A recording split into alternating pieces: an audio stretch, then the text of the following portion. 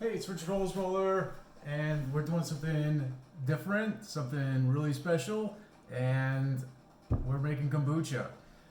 This stuff that you buy in a store, we're doing here at home. And so I want to walk you through this process because I think it's fascinating, and like I'm doing it, you could be doing it too. In any case, so in my tapped container, this I have this was full of this, but I already cleaned it out because part of this process I gotta put my back to you while I'm cleaning out the jar in the sink behind me.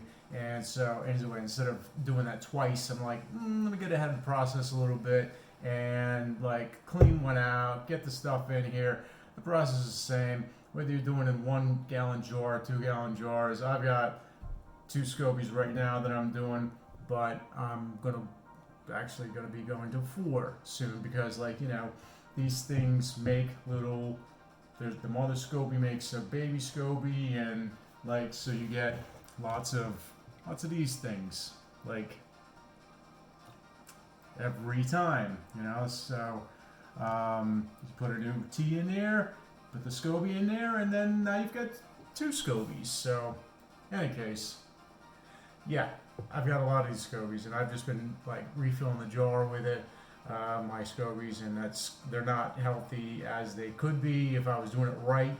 But I don't have the heart to just throw these things away, so I just keep stacking them up, and I guess they'll be healthier if I didn't stack them up. In any case, whatever. That's enough of that. We're gonna get going on this. So, like I said, taking the scobies out of the jar, and you gotta manhandle it a little bit. That goes into here, and you can kind of see that. And then, here is, the hardest part of this is like tracking down one of these scobies. And like, I am promoting GD Dave's kombucha because that's where this little guy came from. Took one of these bottles, and like because it is a natural product and they don't pasteurize it. Living cultures in it, I was able to grow my own SCOBY and start brewing my own kombucha at home. And it's amazing. Absolutely freaking amazing that you can do that. So, here we go. I am putting my kombucha, like this is ready to drink, because it's been sitting in my closet over here for a few weeks. Out of the sun and like just hanging out.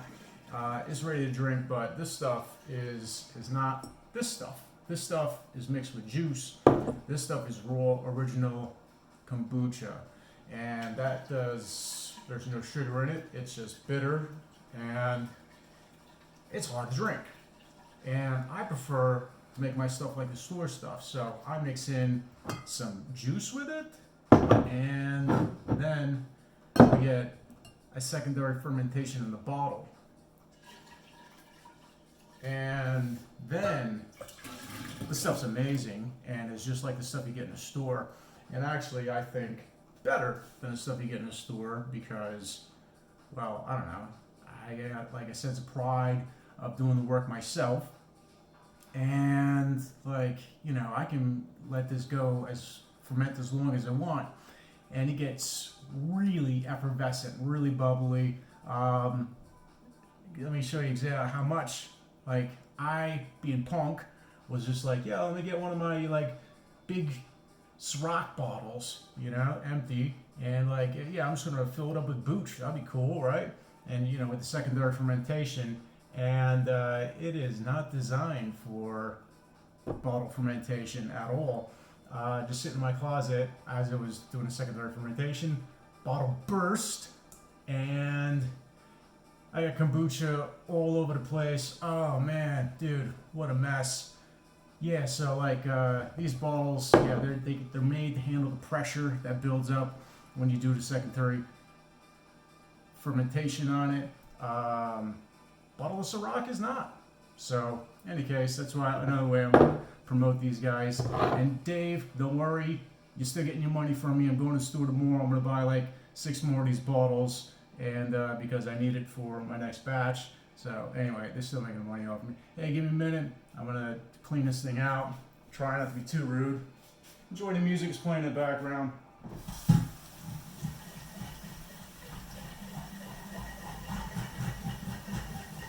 Yo, and like, you don't need to get too crazy on cleaning this out either. I mean, it's gotta be clean,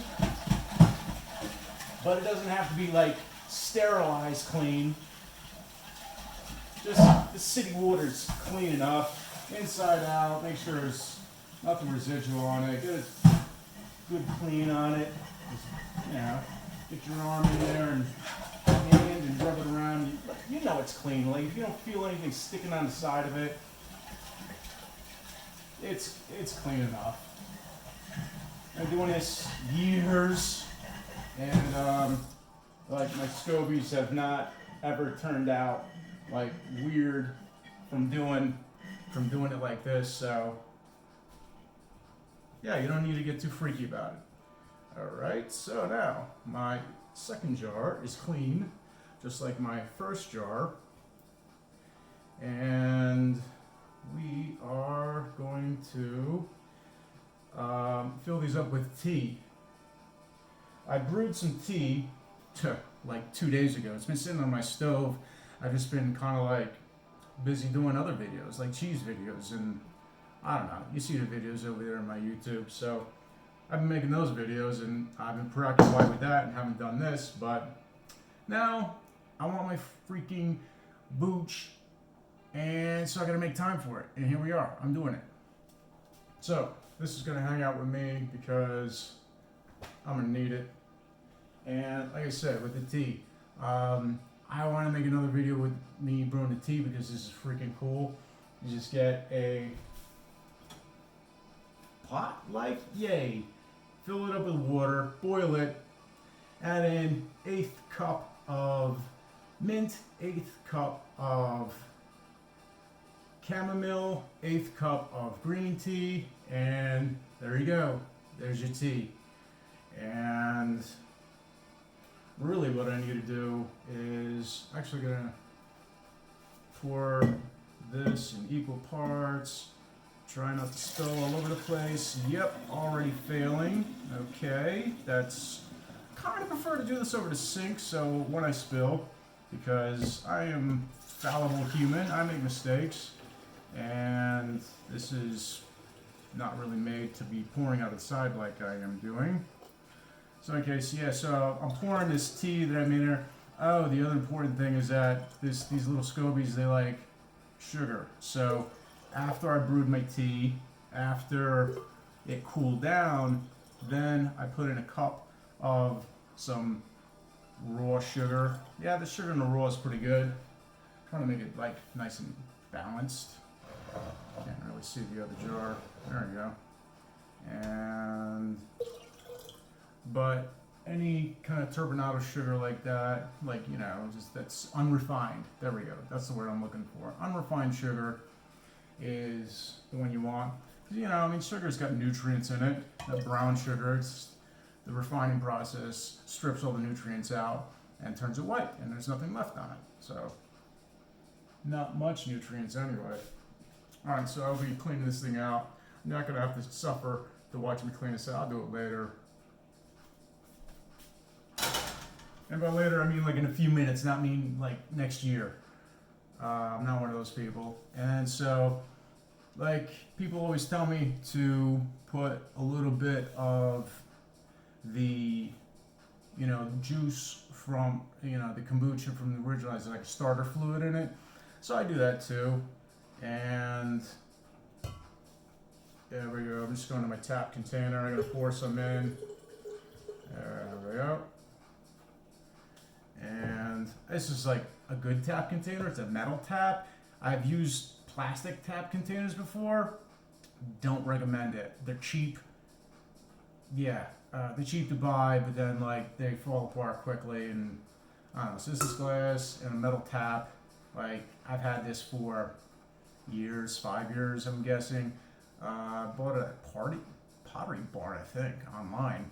Because like I'm in Watford City, North Dakota, and we don't have Pottery Barn, but online you can get anything.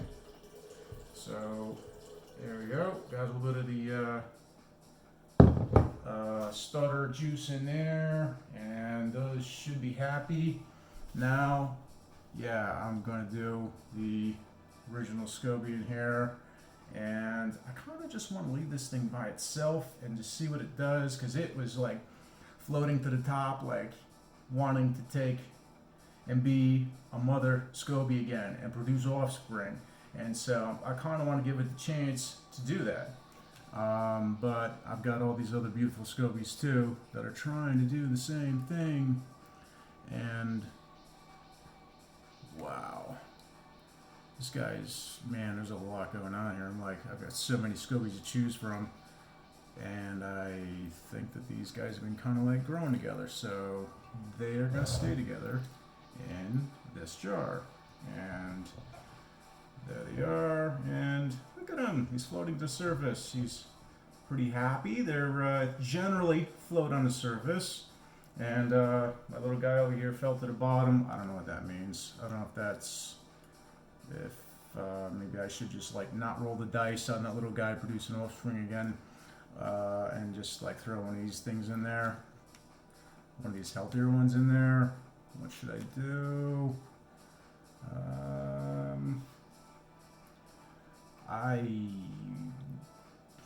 Man, I don't want to roll the dice on it, but I think I'm going to take one of these half ones. Yes, there we go. Yes, there we go. It's,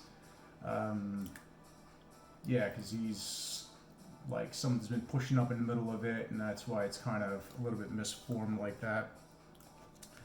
And let's see, how many other SCOBYs I got down here?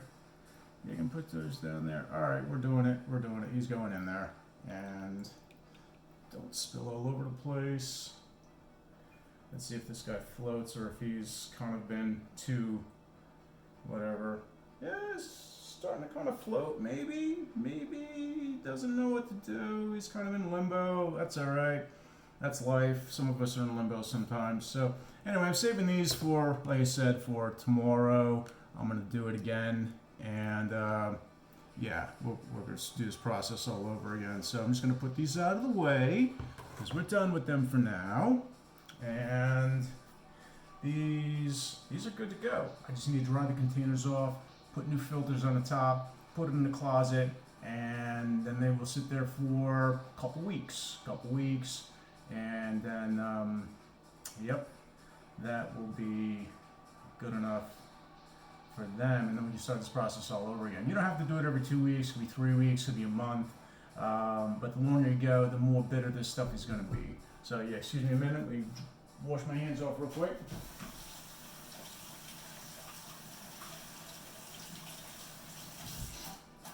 Okay, here's the towel over here, dry it off. Kind of prefer this, although when I wipe the containers off, I'm going to use a paper towel, just I'm throwing it away.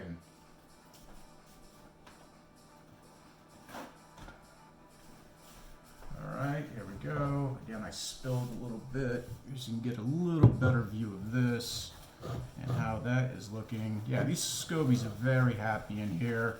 And I'm drying this off because, like, I don't want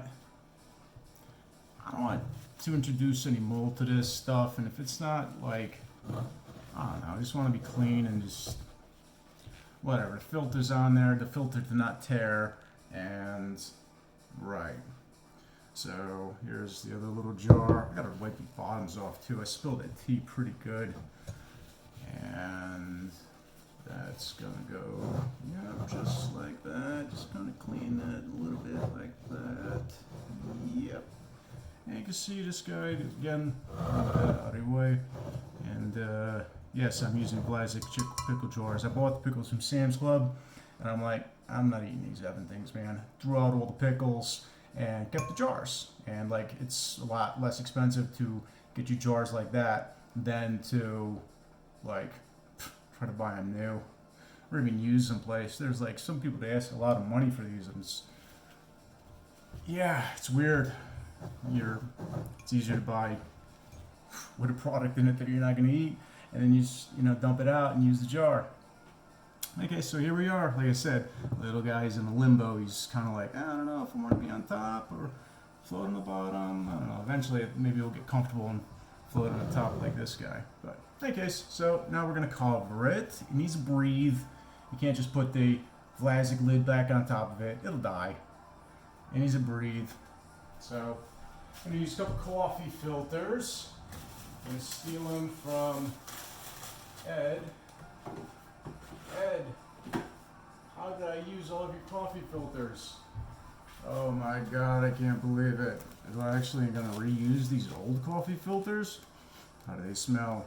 I mean, they smell okay. I mean, I've never done that before. I've always put like new coffee filters on it because coffee filters are pretty cheap. So why roll the dice on it like that? But I guess maybe I'll reuse these old ones. Sure, why not? Let's be punk, utilitarian, just use what we got. And we'll let you know how it goes. And get in with the old one over here. Put that over here on this. And some of this like here, like that. And that is done. We're going to put that in the closet and put it away. Keep listening to the music. Good time. I'm not far. Yep, here I am.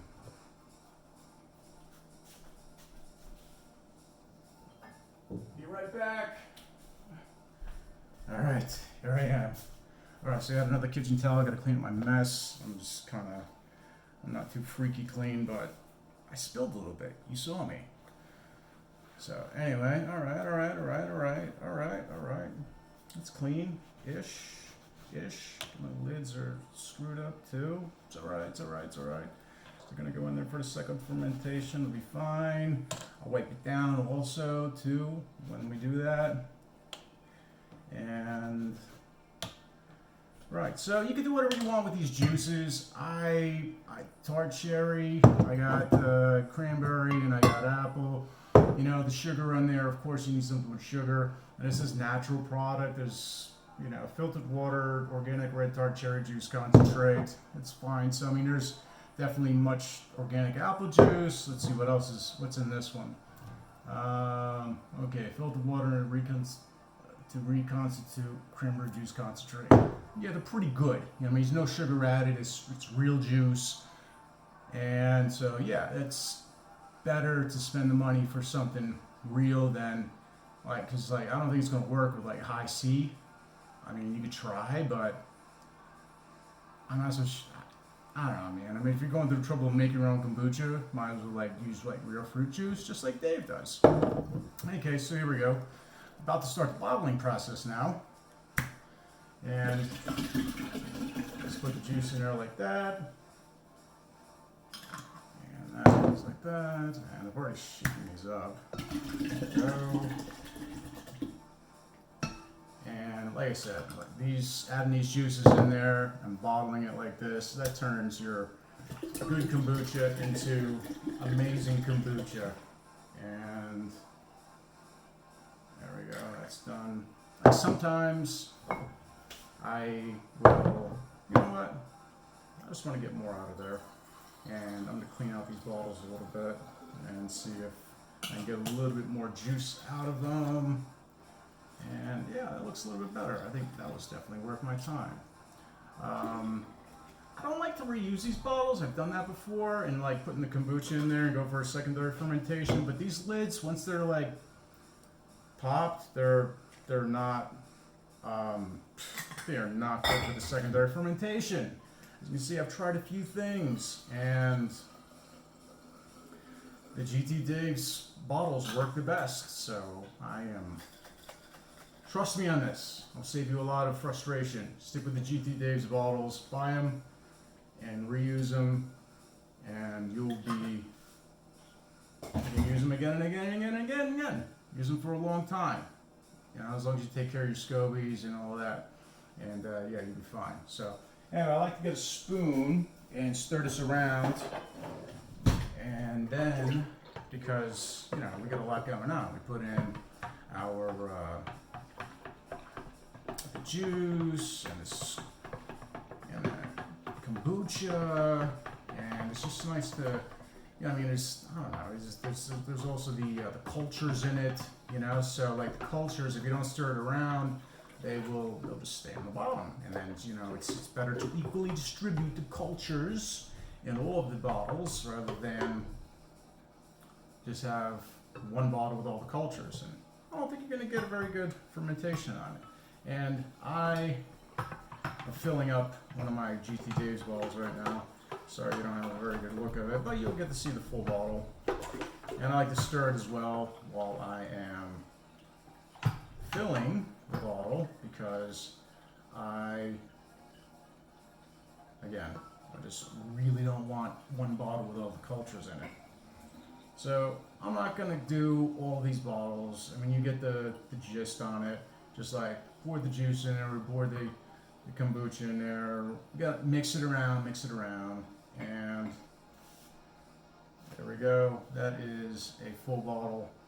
Got a little foam in there, and yeah, so like to fill it up. Definitely fill it up. And then you can take one of your clean lids that doesn't have, like, the tea that you spilled all over it, and that's it. Close tightly, because as that secondary fermentation process, it is, it's, in order for this to get carbonated, by the kombucha eating the sugar in it, it has to be closed tightly. Otherwise, that gas is just going to escape, and we want that gas to get into the liquid. And the only way to do that is under pressure, and the only way to stay pressure is you have the lid on there tight. So, in any case, here, like I said, I bottled one of these over here, and I got, as you can see, I got a few more to go, and that's it. It's going to sit in the closet for a couple weeks, and then it's, okay, it doesn't even need to sit in the closet a couple weeks. It's going to sit in the closet for like a week, and then at that point, it's going to be like good to drink, but I may or may not be ready to drink it up, so I'll just put it in the fridge. But yeah, it's a week is good. Anything more than that, you can tell. I mean, like the lid already kind of bulges out a little bit, but like like I said, with that bottle of Ciroc that exploded on me, it was a little bit better than a week, and maybe a week and a half. Maybe 2 weeks. Definitely close to 2 weeks, and so